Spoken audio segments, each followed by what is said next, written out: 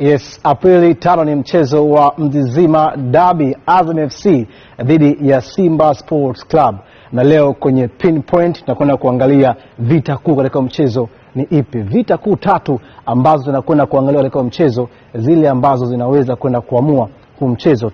Mambo matatu ya kuamua mchezo kwenye Mzizima Derby ni haya hapa. Vita tatu ambazo tunakwenda kuangalia kile ambacho kwenye mechi inayokuja mama atakuwaje. Nikupe tu mfano kwenye vita eneo la kiungo, jinsi ambavyo Azam walivyoweza kupata bao la kwanza kwenye mchezo uliopita Disemba 7. Bao ni hili hapa. James Akamingo, pasi sahihi kwa Faisal Salum, haraka zaidi na utulivu mkubwa na Solo Saduni katika eneo la pembeni mwa uwanja, kaingia kwenye box Jefte Kitambala bora, mali kwenye nafasi ya janda Nyakamba. Bao hili kiini chake kimeanzia baada ya Azam kuwa bora na kushinda ile vita katika eneo la kiungo baada tu ya Simba kupoteza mpira.